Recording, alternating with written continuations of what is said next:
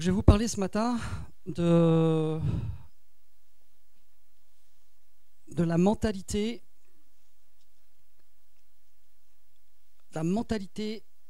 d'orphelin.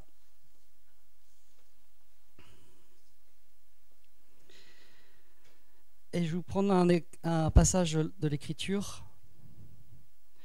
Et à partir de là, je vais pouvoir vous donner quelques enseignements. Merci Saint-Esprit. Tu prends vraiment la place dans les cœurs et que vraiment ta parole puisse travailler nos cœurs. Pas seulement ceux qui écoutent, mais moi-même, parce que ta parole est vivante et est plus tranchante qu'une épée à double tranchant, dit ta parole est puissante. Et c'est elle sur laquelle nous pouvons nous reposer. Merci Seigneur pour ta parole ce matin et que nous puissions vraiment t'écouter. Amen.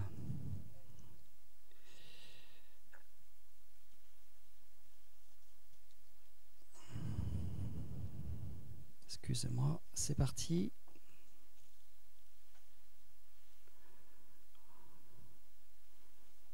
Voilà.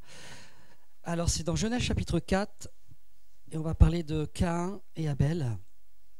Donc Adam connut Ève, on va partir du départ, sa femme, elle conçut et enfanta Caïn et elle dit « J'ai formé un homme avec l'aide de l'Éternel » et elle enfanta encore son frère Abel. Abel fut berger et Caïn fut laboureur. Au bout de quelque temps, Caïn fit à l'Éternel une offrande des fruits de la terre et Abel, de son côté, en fit une des premiers-nés de son troupeau et de leur graisse. L'Éternel porta un regard favorable sur Abel et son offrande, mais il ne porta pas un regard favorable sur Caïn et sur son offrande. Caïn fut très irrité et son visage fut abattu. Et l'Éternel dit à Caïn, « Pourquoi es-tu irrité et pourquoi ton visage est-il abattu ? Certainement, si tu agis bien, tu relèveras ton visage, et si tu agis mal, le péché se couche à ta porte et ses désirs se portent vers toi, mais toi, domine sur lui. » Cependant, Caïn adressa la parole à son frère Abel, mais comme il était dans les champs, Caïn se jeta sur son frère Abel et le tua. On assiste au premier meurtre de l'humanité. L'Éternel dit à Caïn, « Où est ton frère Abel ?» Et il répondit, « Je ne sais pas, suis-je le gardien de mon frère ?» Et Dieu dit, « Qu'as-tu fait ? La voix du sang de ton frère crie de la terre jusqu'à moi. Maintenant tu seras maudit de la terre, qui a ouvert sa bouche pour recevoir de ta main le sang de ton frère. Quand tu cultiveras le sol, il ne te donnera plus sa richesse. Tu seras errant et vagabond sur la terre. » Etc., etc., etc. Je ne veux pas vous lire tout le chapitre. Mais en fait, on s'aperçoit ici que déjà dans le cœur de Caïn, il y a eu ce qu'on appelle la jalousie.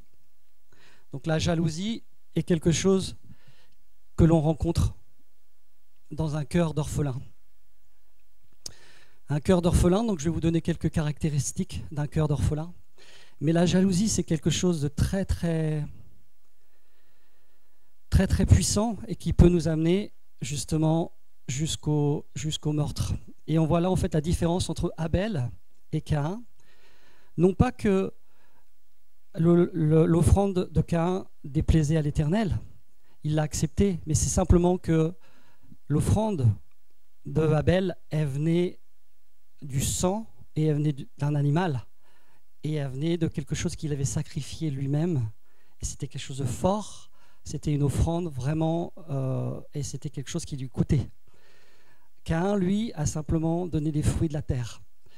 Donc on voit la différence, elle est là, mais ce n'est pas pour autant que Dieu rejetait Caïn. Mais du coup, la jalousie a commencé à naître parce qu'il a vu la bénédiction sur son frère, sur son frère, pardon, et a commencé à naître la jalousie. Et souvent, la jalousie, ça vient des racines qu'on peut avoir dans nos cœurs, Alors la jalousie, vous la rencontrez partout. Vous la rencontrez dans le monde du travail, vous la rencontrez dans l'église. Lorsque quelqu'un va d'un seul coup monter, et ben on peut tomber dans la jalousie. Quand le Seigneur honore quelqu'un, on peut tomber dans la jalousie, être jaloux de là où il est, alors qu'en fait on ne sait pas dans son cœur comment lui il a été avec Dieu et pourquoi Dieu l'a récompensé. Dieu récompense toujours celui qui fait dans le secret. Et c'est pour ça que la parole de Dieu nous dit que c'est important d'avoir des moments d'intimité et de secret. Ferme ta porte et je serai avec toi dans le lieu secret. Le lieu secret, ce sont des récompenses que Dieu nous donne. Parce que le lieu secret, on a été fait pour être en relation avec Dieu.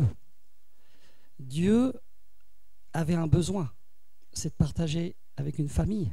Et il nous a créés pour qu'on ait une relation avec lui. Et la plus belle des choses qui est pour lui et pour nous, c'est la relation qu'on a ensemble. Tout vient de la relation qu'on a avec Dieu. Tout vient de la relation qu'on a avec notre Père.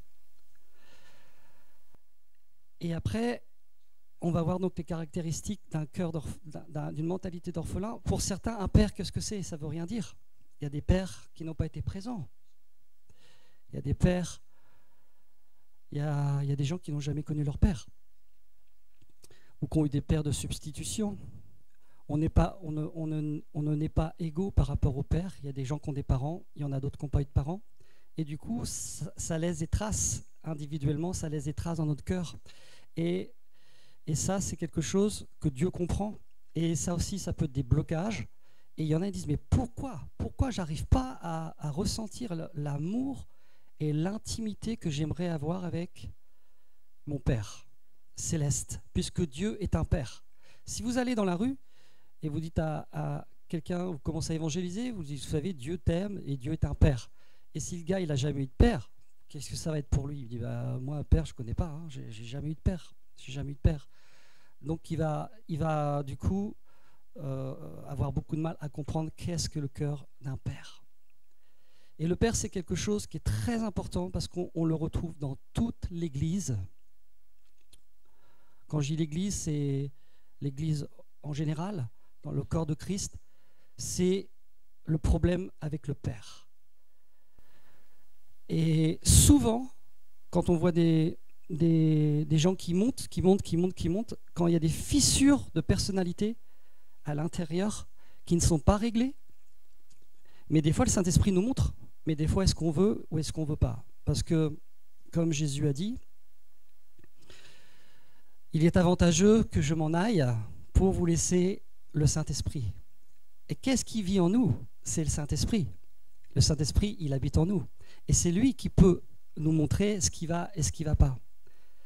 La seule chose qu'on doit avoir, c'est avoir une attitude d'humilité et de dire, bah oui, effectivement, là, ça ne va pas et il faut que je fasse quelque chose, ou montre-moi, Seigneur. Je vais vous donner un exemple et après, je vais partir sur les caractéristiques. Merci, Michel, je ne savais pas que ça allait partir comme ça. Et en fait, le cœur du Père, c'est vraiment très fort parce que, je vais vous donner un exemple. Mon papa, il est orphelin. Il a été orphelin un temps. Alors, j'aurais pu dire une personne, moi je vais dire mon papa. Et peut-être qu'un jour il verra la vidéo, il est encore en vie. J'aime beaucoup mon père. Mais entre nous, il y a toujours des blancs dans la relation.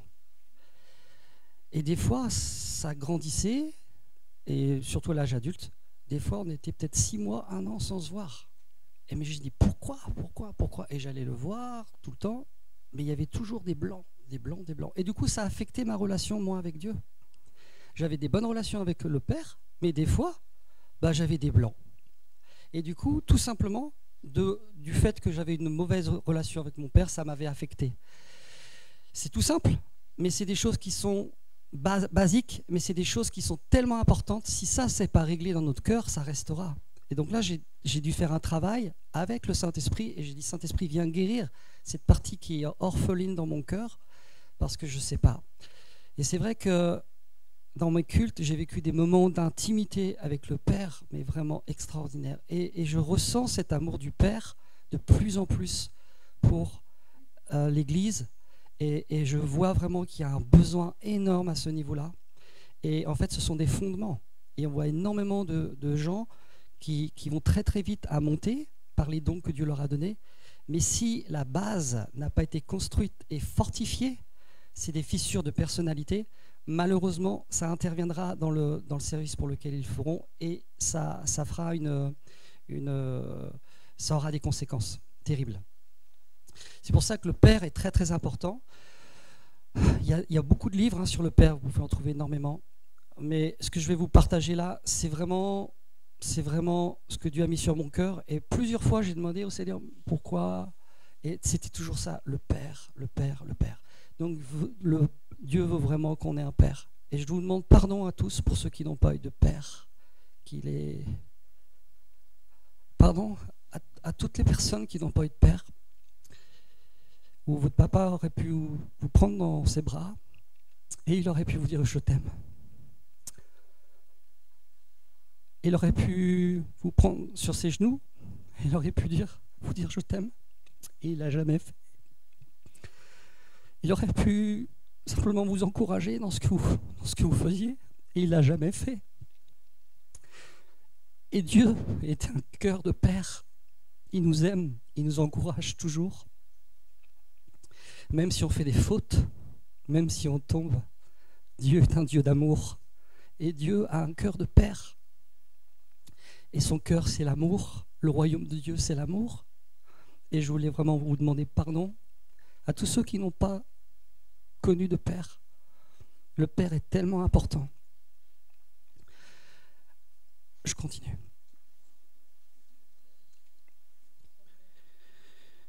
L'orphelin voit Dieu comme un maître à apaiser. Il pense qu'il doit en faire toujours plus pour bénéficier de sa faveur. Et ça c'est la mentalité d'un orphelin. Il doit toujours faire. C'est ce qu'on rencontre beaucoup dans les religions. On doit toujours faire pour être accepté, aimé et désiré du Père. Celui qui est fils et qui se sent fils à l'intérieur de lui-même voit Dieu comme un Père aimant. Il sait qu'il n'a pas besoin de performer pour gagner l'amour du Père, car celui-ci l'aime pleinement comme il est. Donc vous voyez l'image de Dieu, si elle a été biaisée à la base, eh ben, on va plus réagir comme un cœur d'orphelin et on va vouloir faire. C'est pour ça qu'on rencontre tellement de gens qui font énormément dans l'Église, en général, parce qu'ils veulent être acceptés, et ils veulent être aimés, ils veulent avoir peut-être des postes, des places. Et pour eux, c'est important, parce que c'est comme ça qu'ils se sentent reconnus. Et des fois, c'est ce qui crée aussi des problèmes entre frères et sœurs. C'est qu'il y a des espèces de compétences. Alors qu'en fait, vous pouvez vous asseoir au fond d'une église, ou au milieu, ou qu'importe, devant. Et si vous savez que vous êtes aimé du Père, même si vous ne faites rien, vous êtes aimé. Et ça, on le sait dans notre tête, mais on ne le sait pas dans notre cœur. Dieu aime autant une personne qui va boire une bière dans un bar, et qui est à Jésus, hein. Il y a des chrétiens qui vont boire aussi des bières sans se saouler, que quelqu'un qui prêche devant 200 000, 300 000 personnes. Son amour pour vous, il est le même. Donc vous voyez qu'on n'a pas besoin de faire, parce que Dieu nous aime. D'ailleurs, il nous aime tellement qu'il nous a donné son Fils. Il a fait un acte d'amour, il nous a donné son Fils, tellement il nous aimait. Donc l'image de Dieu est importante. L'image de soi, l'orphelin vit dans la honte. Il a une mauvaise image de lui, ce qui l'amène à se comparer aux autres. Il vit dans l'insatisfaction, il peut manifester un esprit d'infériorité ou au contraire un esprit de supériorité. Donc tout ça, c'est lié à l'image de soi. On pourrait faire beaucoup de chapitres sur l'image de soi, mais je ne peux pas tout développer, ce n'est pas possible. Le Fils, lui, au contraire, se sent bien accepté parce qu'il sait combien il est précieux aux yeux de Dieu. Et il a une assurance qui vient du fait de sa compréhension de comment Dieu le voit et comment Dieu l'aime.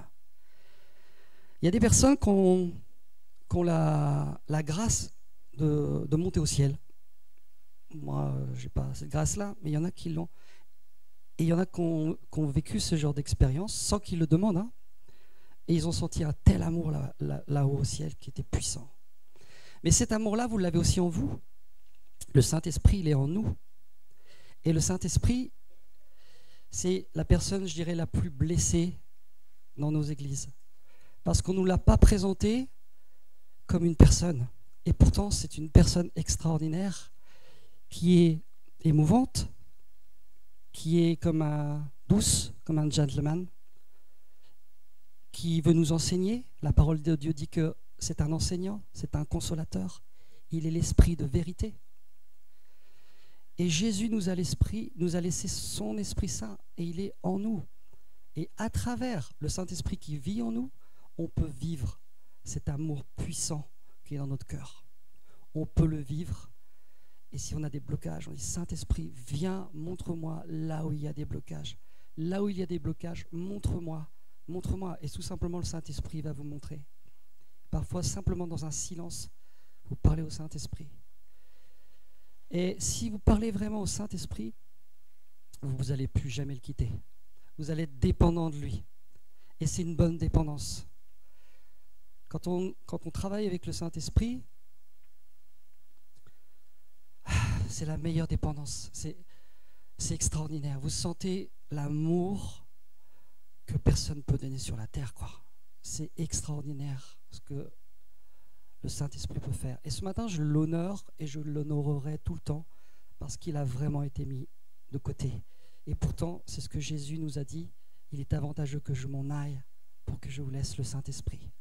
Donc le Saint-Esprit nous est vraiment donné et c'est merveilleux. Il a une personnalité, on pourrait développer, etc. Mais le Saint-Esprit peut vous faire vivre cet amour du Père qui vous manque et pour vous le faire vivre en vous. Et il n'y a pas besoin de monter spécialement au ciel pour sentir son amour, parce que déjà le Saint-Esprit qui est en vous peut vous faire vivre ces choses-là. L'amour du Père, il peut vous le faire vivre et vous le faire sentir. Parce que le Saint-Esprit nous amène à Jésus et Jésus nous amène au Père. Ils travaillent tous les trois ensemble. Le Saint-Esprit prend de ce qui est à Jésus pour nous l'annoncer et Jésus nous amène au Père. Donc le Saint-Esprit a l'amour du Père. Et le Saint-Esprit qui est en vous veut vous faire ressentir l'amour du Père et l'amour qu'il a pour vous. Et une fois, on a entendu des prières, même moi, quand j'étais plus jeune, je disais Saint-Esprit coule sur moi. Mais le Saint-Esprit, ce n'est pas un liquide, il est en nous. Donc la prière qu'on peut lui demander, Saint-Esprit, je veux développer une relation d'intimité avec toi. Et ça, si vous lui dites ça, je vous garantis qu'il viendra, il viendra, il viendra, il viendra, parce qu'il attend que ça, il attend que ça. Le Saint-Esprit n'attend que ça, que de travailler avec nous, que guérir nos cœurs, nous équiper pour qu'après on aille bénir les autres et qu'on travaille pour le royaume de Dieu. Et les gens souffrent dans le monde de l'amour. Toutes les chansons que vous pouvez entendre sur la terre, j'en discutais avec mon fils, toutes les chansons qu'on entend, c'est que l'amour en fait, c'est des manques d'amour, c'est des cris d'amour. Et ce sont quoi? Des cœurs d'orphelins en fait. Le monde est un orphelinat à ciel ouvert. Un orphelinat à ciel ouvert. Tellement il y a des souffrances liées au Père. J'ai eu la chance, j'aime pas employer le mot chance, j'ai eu la grâce, pardon. On a eu la grâce d'avoir un orateur qui était venu dans un séminaire et il a parlé de cet amour du Père et c'était vraiment un bon complément sur ce qui était vraiment l'amour du Père. Et lui, il a vécu aussi cette expérience-là du Père. Et je voulais simplement, voilà, ma pensée était partie, je vous la redis. En fait, il a dit qu'il a voyagé toute sa vie dans beaucoup de pays, mais la souffrance qu'il a vue le plus, c'est en France. J'étais choqué quand il a dit ça. C'était en France. Et il a dit, c'est pour ça que j'ai tant de mal à venir en France. Et même ma femme, elle ne veut pas venir des fois, parce qu'il y a une telle souffrance. Vous avez des enfants qui ont été maltraités, des enfants qui ont été...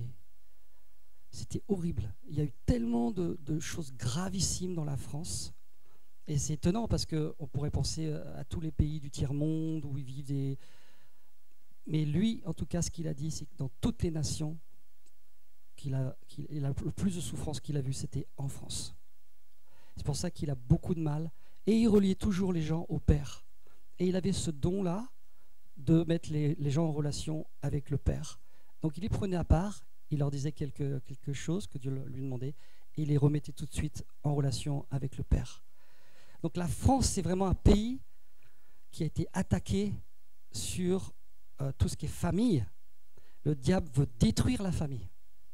Il veut détruire absolument la famille. Qu'est-ce qu'un mari, qu'est-ce qu'une femme? Tout est lié toujours au Père.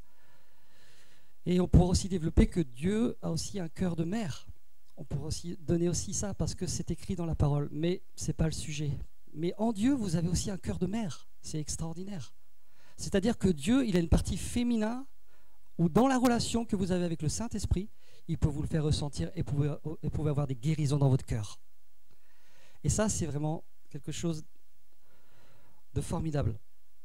La notion de responsabilité, devant sa faute, l'orphelin ne se remet pas en question, il ne fait pas face à ses responsabilités et se place en victime. Il peut exposer les fautes des autres pour couvrir les siennes.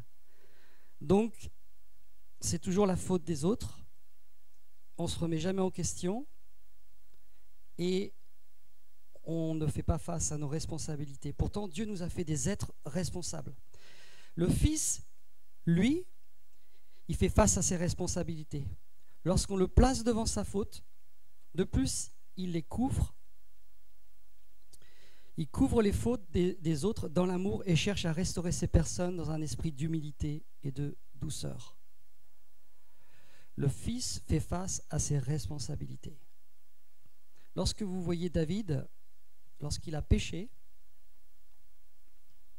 et c'était grand son péché, mais il connaissait tellement Dieu après, pour ceux qui connaissent bien l'histoire, il savait les conséquences de son péché. Et il ne les a pas rejetées. Il connaissait Dieu et il savait qu'il y aurait des conséquences, que Dieu lui avait pardonné, mais qu'il y aurait des conséquences. Pourquoi? Parce que Dieu a fait de nous des êtres responsables. On n'est pas des êtres irresponsables, mais on est responsable de ce qu'on fait, de nos actes. On est responsable de ce qu'on peut dire avec notre bouche.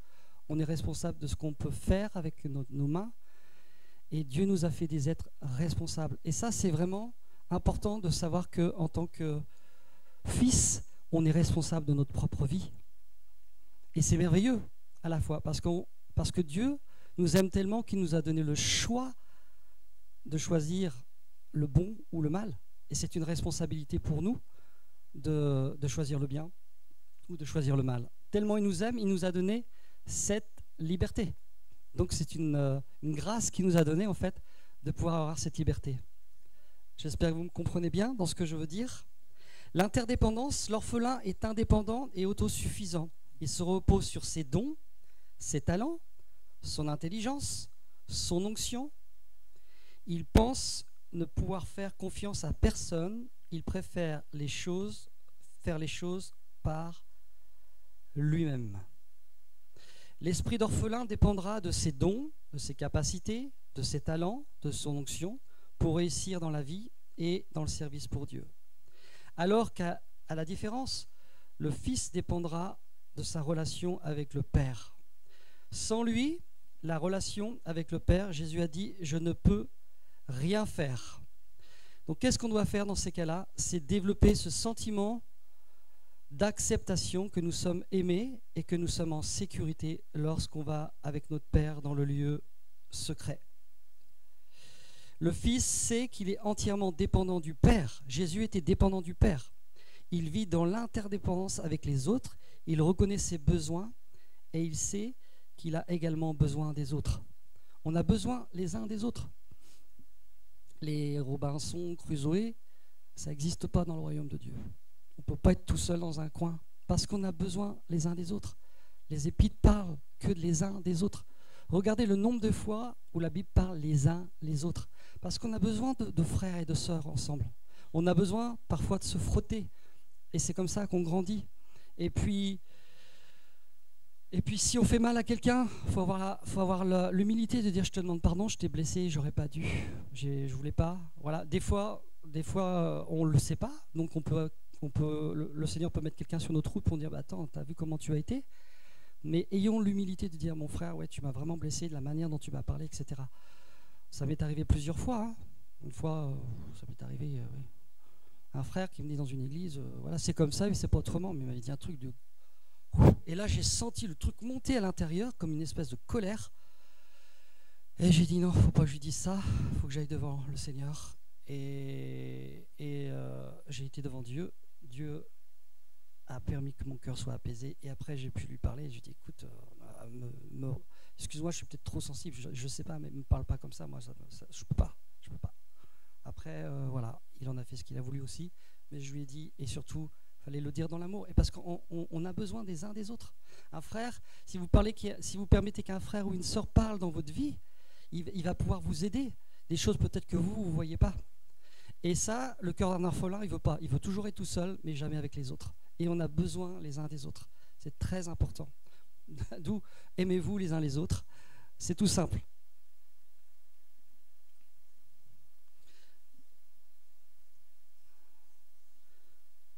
L'orphelin sert pour se réaliser personnellement. Il essaie d'impressionner Dieu et les autres. Il a besoin d'être vu et de recevoir la reconnaissance. Donc on parle toujours d'acceptation, de sécurité, de reconnaissance. Et ça, c'est le besoin fondamental de l'homme, le besoin d'être aimé, d'être désiré, d'être accepté. C'est des sentiments qui sont tellement importants que Dieu veut les combler. Et si vous faites attention, quand Jésus il est sorti des eaux du baptême, quand Jean-Baptiste il l'a baptisé, le Saint-Esprit est descendu comme une colombe et il a dit celui-ci est mon fils bien-aimé en qui j'ai mis tout mon amour et toute mon affection. Ça veut dire qu'avant qu'il puisse servir les autres, il avait pleinement l'acceptation et l'amour du Père. Et ça, si vous n'êtes pas conscient de ça, si vous voulez servir les autres, eh bien vous allez chercher l'acceptation et l'amour à travers les autres et vous allez être déçus. C'est pareil dans un couple avec mon épouse et mon épouse, j'allais dire mon épouse et ma femme.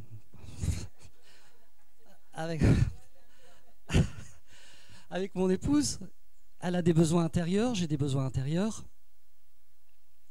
Eh bien, mes besoins, je les comble en Dieu, elle les comble en Dieu, mais des fois, dans un couple, on a des besoins intérieurs et on veut que notre mari ou notre femme comble nos besoins. Mais ce n'est pas lui qui peut les combler. Ce n'est pas ton mari ni ta femme, parce que sinon, tu fais de ta femme ou de ton mari une idole. Et une idole, c'est quoi? C'est un endroit où on va chercher du secours. Et les besoins qu'on a, en fait, c'est que Dieu qui peut nous les combler. Il y a des besoins qui sont tellement profonds dans notre cœur, tellement profonds. Seul Dieu peut les combler. Seul le Saint-Esprit qui est en nous peut combler. Seul le Saint-Esprit peut combler nos désirs, nos manques intérieurs. C'est pour ça qu'il est dit dans sa parole que les gens qui vont vers des dépendances, toutes sortes de dépendances, il y a un verset qui dit que c'est comme un panier percé où en fait c'est de l'eau salée et tout redescend et après on retourne dans la dépendance. C'est pour ça qu'aussi on voit beaucoup de gens qui sont dans des dépendances, toutes sortes de dépendances. Les dépendances, c'est lié à un manque, souvent affectif. Souvent, je ne dis pas tout le temps, il y a aussi des dépendances qui sont liées à de la démonologie, où des fois il y a des démons qui sont là et qui nous ont... Mais souvent, il y a des dépendances qui sont liées à l'affectif. Et l'affectif, c'est très dur, c'est très très dur, parce que si on n'est pas guéri dans notre cœur de tout ce qui est ses besoins intérieurs, eh ben on va aller les chercher ailleurs, tout simplement. Même en connaissant Dieu, on peut des fois bifurquer et aller ailleurs. Et le Seigneur, il nous ramène et on crie à Dieu, on dit mais non Seigneur, j'aurais pas dû aller là, parce que ce sont des endroits où en fait ça n'amène que la mort, jamais la vie. Celui qui nous amène vraiment à la vie, c'est notre Père. Et comment? Encore une fois, je vous répète, par le Saint-Esprit qui est en nous. Le Saint-Esprit, il est formidable et il est extraordinaire pour nous combler de son amour. L'orphelin vit pour l'amour de la loi. Il essaie de se rattacher à Dieu sur la base de la pratique des lois et ordonnances. Il donne plus de valeur à l'obéissance qu'aux relations et il est dans le jugement et la critique.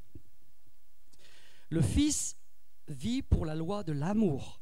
Il donne de la valeur à la vérité, mais également aux relations. Il vit pour recevoir l'amour du Père et le communiquer aux autres. L'orphelin vit pour l'amour de la loi. Il essaie de se rattacher à Dieu sur la base de la pratique des lois et ordonnances. Donc on est toujours dans le faire et il donne plus de valeur à l'obéissance qu'aux relations.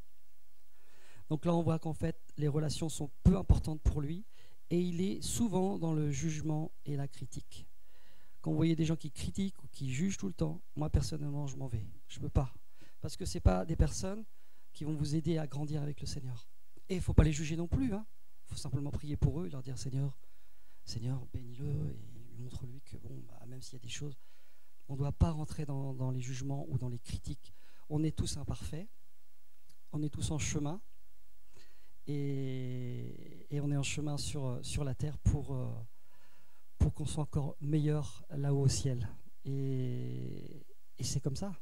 Mais l'imperfection, elle est là, puisque nous sommes imparfaits. Mais nous sommes parfaits en Jésus. Hein, nous sommes parfaits en Jésus-Christ. C'est important de savoir que nous sommes parfaits en Jésus. Et souvent, on parle de la justice. Je ne vais pas trop m'éloigner de mon sujet. Je vais revenir dessus.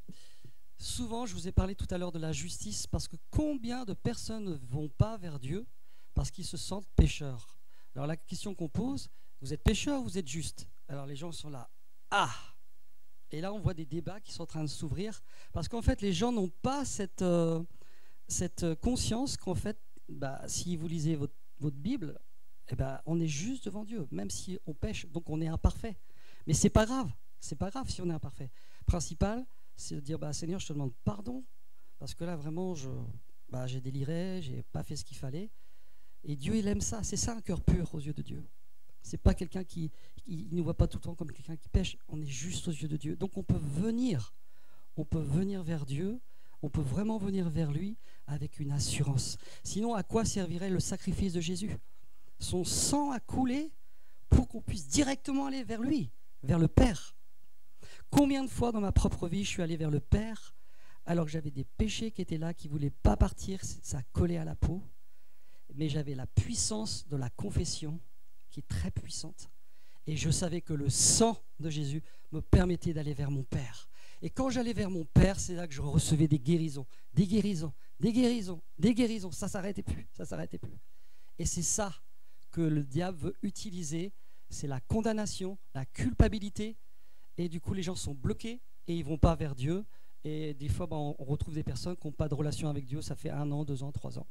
Même dans les ministères, il y a des gens, j'ai entendu une fois un témoignage, qu'un homme, il opérait dans des miracles, il y avait des prodiges et des miracles, ça ce sont les dons, c'est ce que je vous disais tout à l'heure. Et pourtant, il a avoué que ça faisait 1 an qu'il n'avait pas de relation intime avec Dieu. Il avait eu un souci intérieur, il ne l'avait pas réglé, mais il vivait que par les dons. Voilà. Donc les dons, c'est merveilleux. Comme disait quelqu'un, les dons, c'est pour aller au sommet, mais le caractère de Christ, c'est pour y rester. Si on n'a pas le caractère de Christ en nous, qui sont Galates 5, l'amour, la joie, la paix, ça sera difficile de rester. Et l'ennemi, il le sait. Vous pouvez monter très vite et un jour, voilà. Et il attend ça. Pourquoi? Parce que si vous montez, vous allez avoir une influence sur les gens. Et si vous allez avoir une influence, le jour où vous allez tomber, vous allez amener plein de personnes avec vous. Ils ne vont pas comprendre. Et ils vont dire, waouh, ça, c'était pas réglé dans sa vie. Et ils ne vont pas comprendre parce que malheureusement, on idolâtre peut-être trop les ministères, mais pas Dieu et pas Jésus. Et du coup, on suit plus une personne que Dieu. Et ça aussi, c'est un problème. Ça aussi, c'est un problème pour le Seigneur. On doit avoir des gens autour de nous, des leaders, des influenceurs, pour nous aider à grandir, etc. Mais à un moment donné, on doit aussi dépendre que de Dieu. Ils sont là pour nous aider, Ils sont là pour nous corriger, si on a des choses à corriger, dans l'amour. Mais à un moment donné, c'est fini. Le Seigneur veut qu'on soit des fils et qu'on parte dans ce que le Seigneur veut, dans sa destinée, la destinée à laquelle Dieu nous a appelés. On n'est pas né sur terre pour la maison, le travail, faire des enfants, après les petits-enfants, et puis après bye bye. Vraiment, on a une destinée que Dieu a pour chacun d'entre nous, et je dirais même plus, il a mis des anges pour que vous puissiez faire la destinée, la mission qu'il vous a donnée. Je vais vous dire quelque chose qui m'a été dit il n'y a pas longtemps, et je dis waouh, c'est trop fort. C'est une sœur en Christ, elle m'a dit, sais-tu qu'il y a des anges qui ont été donnés à des chrétiens, ils s'ennuient tellement qu'ils vont voir d'autres frères, parce qu'eux, ils travaillent pour Dieu et ils n'ont pas suffisamment d'aide. Donc les anges s'ennuient, alors que ça a été donné, je ne sais pas, pour Paul, ils s'ennuient et ils vont ailleurs. Mais c'est extraordinaire de savoir ça, que Dieu vous a donné des anges pour vous, mais aussi pour la mission qu'il vous a donnée. Et c'est ça, vivre pour Dieu. C'est découvrir la destinée à laquelle nous sommes faits. Et après, le Seigneur nous envoie des anges pour nous missionner dans telle ou telle chose. Mais c'est vrai, il y a des anges qui s'ennuient parce que malheureusement, il y a des frères et sœurs qui ne rentrent pas dans leur destinée. Et du coup, les anges, ils s'ennuient. Ils disent, qu'est-ce qu'on va faire aujourd'hui, etc. Quand j'ai entendu ça, j'ai dit, mais en plus, c'est vrai, c'est biblique. On pourrait vous sortir les versets de la Bible.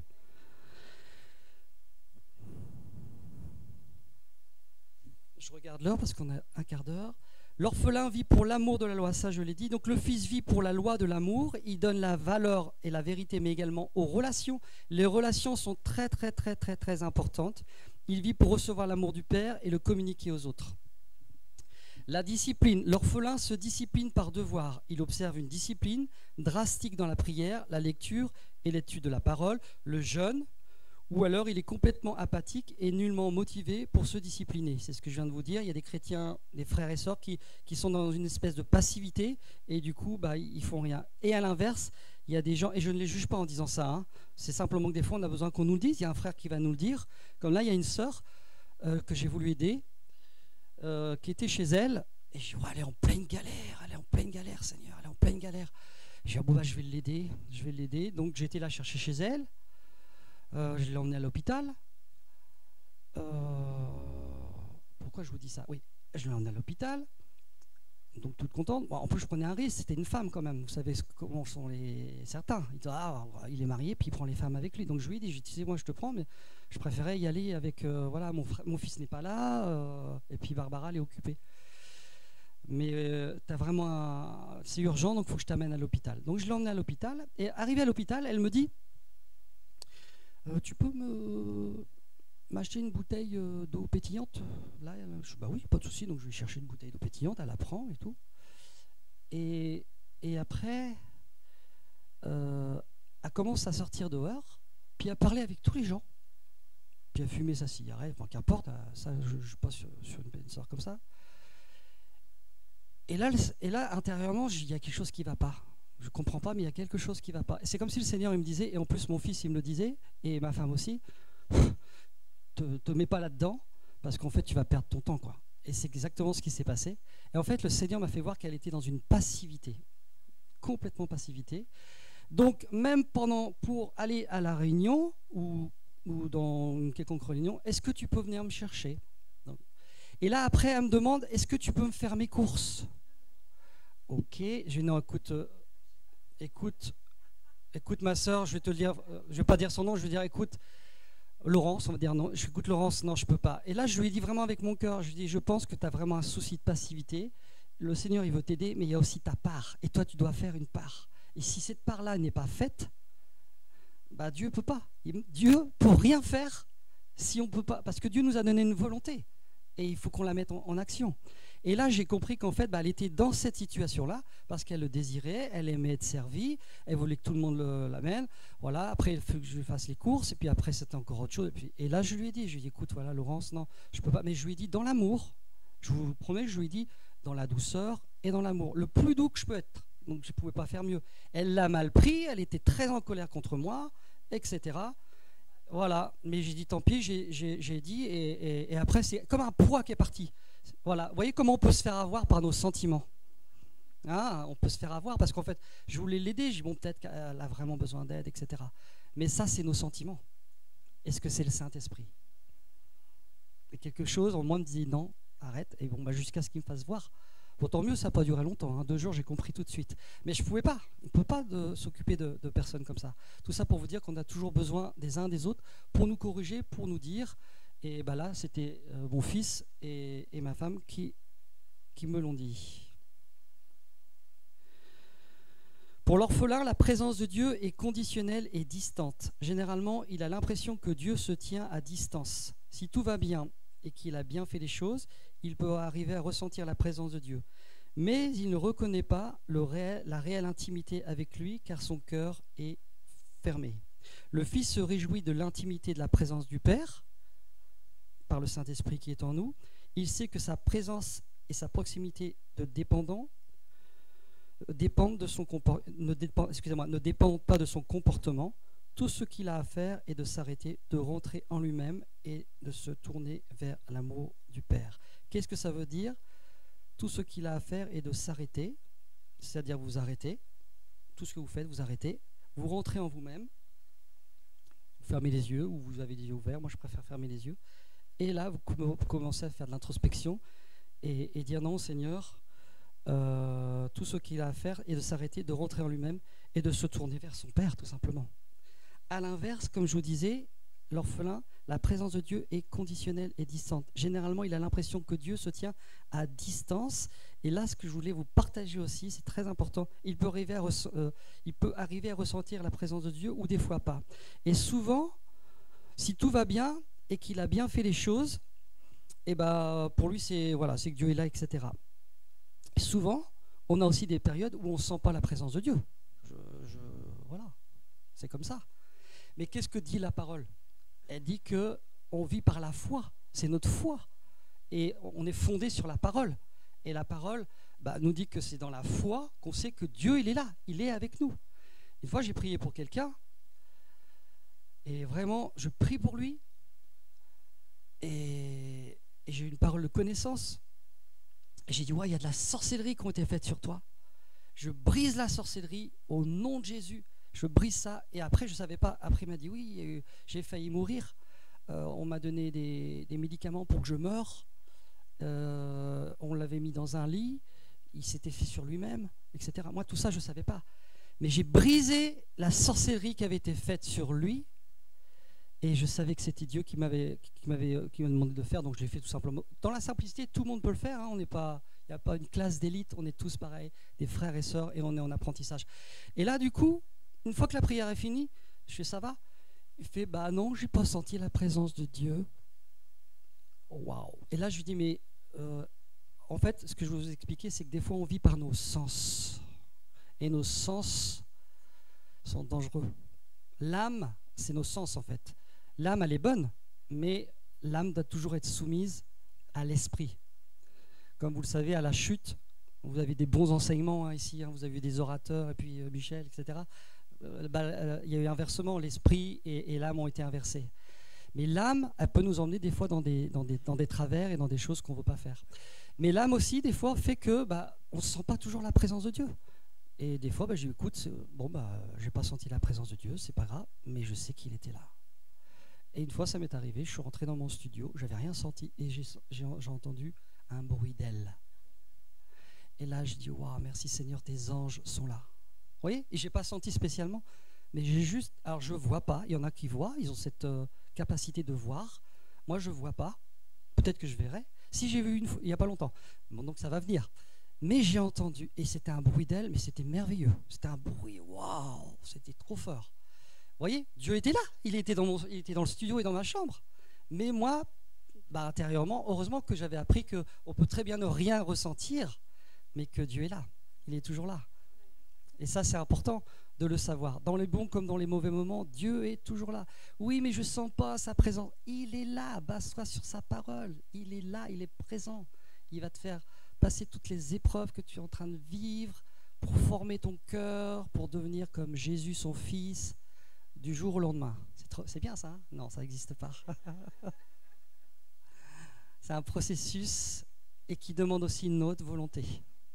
Parce que le Saint-Esprit coopère avec nous si on le laisse faire. Mais jamais vous réveillerez un lendemain. Ah bah ça y est, j'ai le cœur de Jésus. Il était doux et humble de cœur. Ça serait trop bien.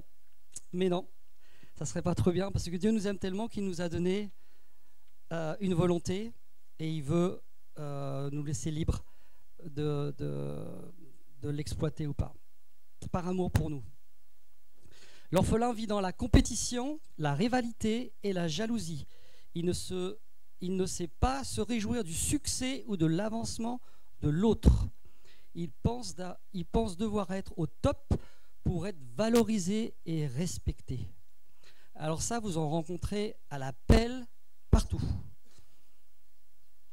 Quand vous avez, dans le monde du travail, quand vous avez une promotion, vous voyez si vraiment un collègue de travail il vous aime, il va être content pour vous.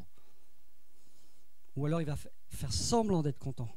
Mais intérieurement, il va dire wow, il a une promotion, etc.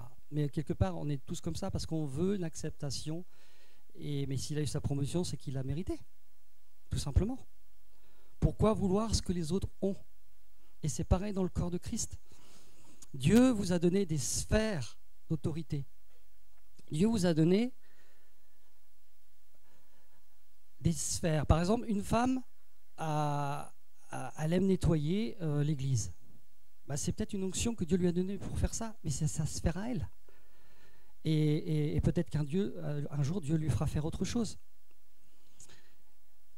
Dieu a donné des sphères à chacun. L'apôtre Paul, c'était l'apôtre Paul. Et il avait d'autres frères avec lui. Mais on ne doit pas chercher à être ce que les autres ont, dans le sens où on veut leur piquer ce qu'ils ont. Mais on a le droit d'aspirer au meilleur. La Bible nous dit qu'on doit aspirer aux dons les meilleurs. Et ça, c'est biblique. On doit aspirer aux 9 dons du Saint-Esprit. C'est biblique. On doit aspirer à ces choses-là parce qu'on veut marcher avec la puissance du Saint-Esprit. Et ça, le Seigneur nous encourage à ça. C'est les Épîtres qui nous encouragent à ça. Mais malheureusement, souvent, on rencontre des problèmes de compétition, même dans les ministères. Allez, je veux dire le mot, les ministères ou les services, je ne sais pas trop. Moi, le ministère, c'est quelque chose qui, en ce moment, j'aime pas trop entendre ça. Parce que peut-être les gens ont trop mis leur identité dans ça. Donc, dans le service pour Dieu, on voit qu'il y a des gens ils sont des compétitions. Mais tu ne te fais pas de compétition quand tu sais que tu es aimé de Dieu. Et si toi, tu fais une chose comme ça, et lui, il le fait mieux que toi, bah, c'est parce que Dieu il a une onction plus que lui dans ce domaine-là, mais toi, tu en as peut-être une meilleure ailleurs, tout simplement. Et sachez que tout ce que Dieu nous donne, et ça, on ne s'en rend pas compte, c'est parce qu'il est tellement conscient de votre personnalité, de ce que vous êtes en tant qu'être humain, puisqu'il connaît le nombre de cheveux qu'on a sur la tête. Tout ce qu'il nous donne, c'est aussi en fonction de notre personnalité. Il sait que ça va nous réjouir. Il sait que ça va nous réjouir. Et là, vous allez découvrir, en fait, le Seigneur m'a demandé de faire ça. Mais je suis heureux. Mais oui, en fait, tu es heureux parce qu'en fait, tu as été fait pour ça. Pourquoi tu veux être le numéro 1 tout le temps? Pourquoi on veut être le numéro 1? C'est toujours un problème d'acceptation. Personnellement, moi, ça ne me dérange pas d'être numéro 2 ou numéro 3. Parce que j'ai compris, avec le temps, et ça prend du temps, qu'en fait, ce que je viens de vous dire, c'est que quand on sait qu'on est aimé du Père, c'est que Dieu nous a donné une sphère d'autorité, et puis c'est tout. Voilà, c'est tout. Et pourquoi aller chercher ce que l'autre a? Donc c'est le cœur d'orphelin qui fait ça. Il veut toujours avoir ce que l'autre a, et ça fait des ravages, malheureusement, dans le corps de Christ. Ça fait vraiment des ravages, hein. Ça fait des ravages. On veut ce que l'autre a. Mais non, Dieu t'a donné pour autre chose. Voilà. Les relations du Fils sont empreintes d'humilité et d'unité. Il honore les autres, les valorise et se réjouit sincèrement de leur bénédiction et de leur succès. Voilà. Est-ce qu'on se réjouit du succès d'un frère et d'une sœur? Mais des fois, ça passe par des brisements. On ne sait pas qu'un frère et une sœur, il a peut-être passé par des brisements intérieurs, mais peut-être qu'il voulait même partir au ciel. Et Dieu utilise souvent le brisement. Son cœur, il veut mettre son cœur dans notre cœur. Et la meilleure façon pour Dieu de travailler dans notre cœur, c'est le brisement et donc la croix. La croix. La croix. Il n'y a pas d'autre chemin que la croix. Et on va passer par des brisements, mais à un moment donné, il y a aussi la récompense. Et Dieu nous lève, et on ne sait pas pourquoi, puis après on réalise, tu es passé par tel brisement, et c'est maintenant ton heure. Et c'est pour tout le monde pareil. Vous aussi, vous avez votre heure à vous que Dieu vous a déterminée. Et des fois, on ne veut pas accepter les brisements. Et des fois aussi, on ne veut pas faire ce que Dieu nous demande. Donc, on se prend toujours des portes et on est toujours dans le faire. Je vais vous redonner encore un exemple. J'étais dans une église, j'y suis allé 7 fois et je suis parti 7 fois. À tel point que le pasteur, il a dit à la fin, bon, lui, il est instable, on ne peut rien en faire. Et j'étais responsable de la louange. La responsable de la louange qui s'en va et tout. Et moi-même, je ne me comprenais pas. Je ne me comprenais pas.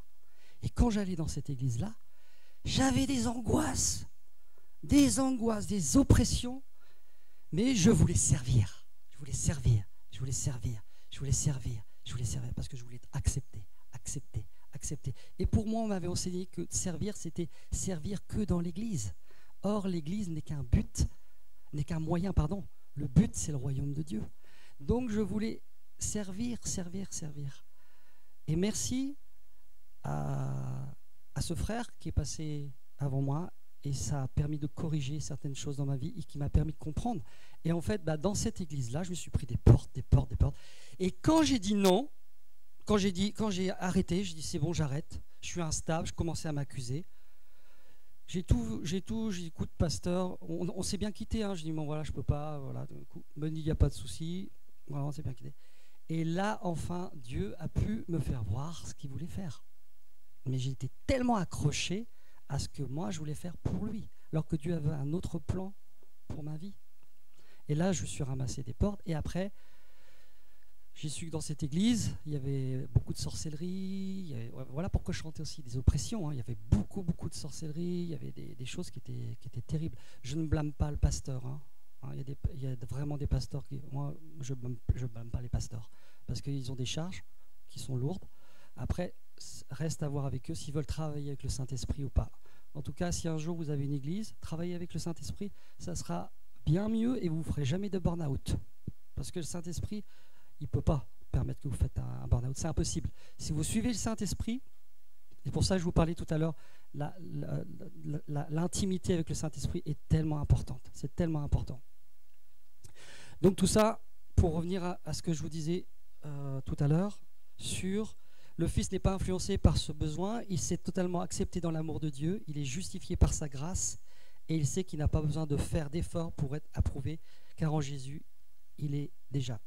Donc en ce qui me concerne, parce que j'aime bien donner des choses pratiques, en ce qui me concerne, j'ai vraiment personnellement, j'ai vraiment abdiqué et je dis bon, moi c'est terminé, je ne vais plus dans cet endroit-là. Et c'est là qu'en fait Dieu nous a emmené, mon épouse et moi-même et mon fils, dans un autre endroit. Et j'ai dit waouh, mais c'est merveilleux, c'est là que tu voulais nous envoyer, Seigneur. Mais pourquoi je n'avais pas pensé avant? Parce que tu n'écoutais pas, tu étais entêté, quoi.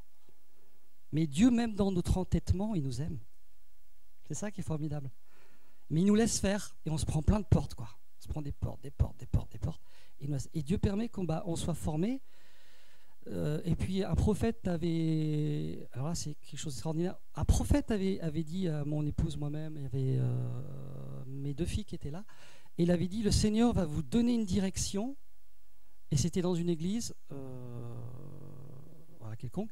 Le Seigneur va vous donner une direction, etc. Et c'était peut-être peu de temps après que j'avais quitté l'église. Moi, gloire à Dieu. Donc j'ai fait confiance. On n'avait pas d'endroit où aller, etc. On priait ensemble, mais c'est tout. Et après, on a été dirigé pour faire une école biblique. Et c'était merveilleux pour nous. Pendant un certain temps, c'était formidable. Et ça m'a vraiment apporté plein de choses. Voilà ce que Dieu voulait faire. Il voulait nous amener des corrections dans nos vies. Il voulait nous faire passer par des choses qu'on n'avait pas connues. Il y a des enseignements que je n'avais jamais entendus, que j'ai entendus.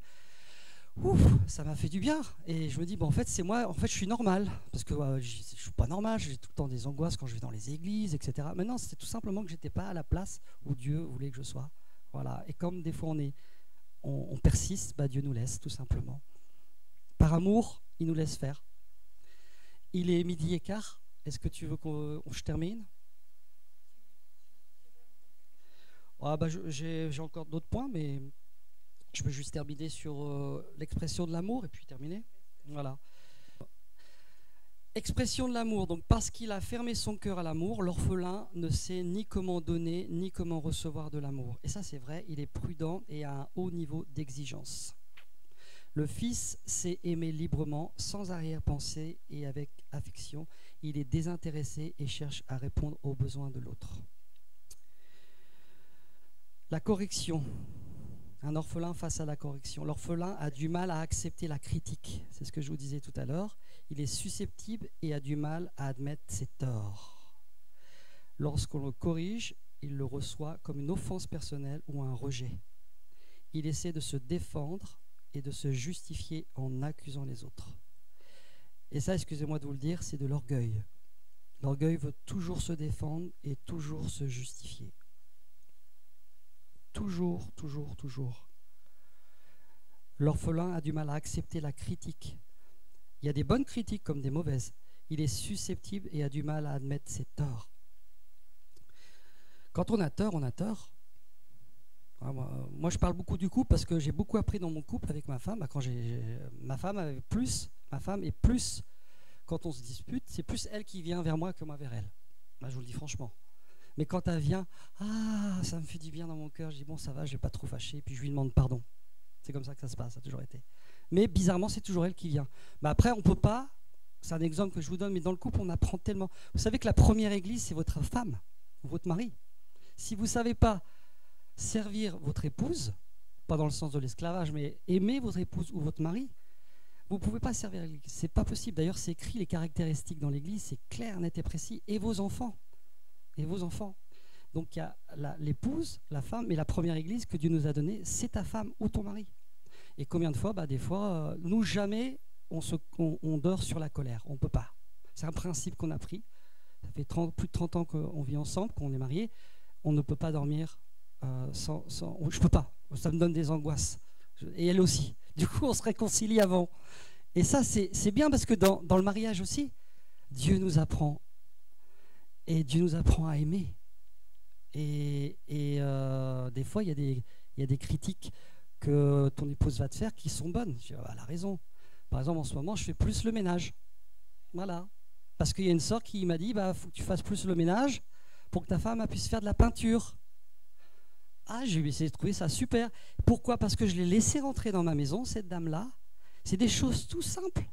Mais je n'avais pas réalisé que moi, j'allais beaucoup dans mon studio, j'étais dans ma relation avec Dieu, je faisais ma musique, etc. Et puis ma femme a se tapé tout le ménage. Puis quand j'arrivais, t'as tout fait? Oui, j'ai tout fait. Mais pour elle aussi, c'était une habitude. Vous voyez ce que je veux dire? C'était comme une identité qu'elle avait mis dans ça, que c'était comme une serpillière en fait. Vous vous rendez compte? Toute sa vie, elle a pensé que c'était une serpillière. Et moi, sans le vouloir, j'adhérais à ça sans m'en rendre compte. Et là, ça a été comme une révélation. La sœur qui est venue à la maison, elle a mis des choses pratiques, parce que Dieu est très pratique. Et je dis, merci Seigneur. Et du coup, là, il faut qu'on lui trouve un endroit pour faire sa peinture. Et puis, Tom et moi, on fait la vaisselle, on se partage les tâches. Voilà. Et du coup, elle, ça la libère, et puis elle peut prendre du temps pour la peinture et du temps pour la parole de Dieu. Voilà. C'est des choses qu'elle n'avait des fois pas, parce que voilà, et en plus on a des petits-enfants, etc. Voilà. Donc vous voyez, même dans un couple, je dirais même dans un couple, c'est dans un couple que tout se passe. Si ça se passe mal dans le couple, voilà. Et pour terminer, parce qu'on pourrait continuer, pour terminer, le couple, c'est vraiment important, c'est très très important. Dans les séminaires qu'on a fait, j'ai fait de la relation d'aide et je peux vous dire que dans les couples, c'est vraiment pas terrible, quoi. C'est vraiment pas terrible. Et pourquoi? Parce que le diable, il attaque la famille. Il attaque la famille. Il attaque les couples. Si des couples chrétiens se lèvent pour Christ, mais ça y est, le royaume des ténèbres, il va partir. Et combien de fois Tom m'a dit, Mais papa, vous vous rendez pas compte du couple que... Enfin, on va pas faire un... Mais en fait, il me disait que... C'est toi-même qui me le disais. Hein, il me disait qu'en fait, dans ses cours, il voyait plein d'enfants, mais dans les galères, les parents... Ils ne s'aimaient pas, les parents étaient divorcés, ou les enfants étaient obligés de partir très très tôt parce que c'était insupportable à la maison. Et Tom m'a dit un jour, écoute, c'est une grâce que j'ai d'avoir des parents qui sont comme ça. Donc merci, c'est lui qui l'a dit. Hein. Voilà, tout simplement pour vous dire que aussi dans le couple, Dieu travaille et c'est très important de se laisser aussi corriger quand on a besoin et de demander pardon. Et si vous savez le faire dans le couple, vous saurez le faire aussi avec des frères et sœurs et demander pardon. Aussitôt demander pardon à quelqu'un, même si vous avez eu raison sur des choses, demandez pardon. Toujours. Parce qu'en faisant ça, vous mettez la bénédiction sur votre cœur. Faites-le dans votre cœur, hein, pas pardon comme ça, mais un vrai pardon sincère. Voilà. Je vous laisse. Merci de m'avoir écouté et on aura l'occasion de continuer.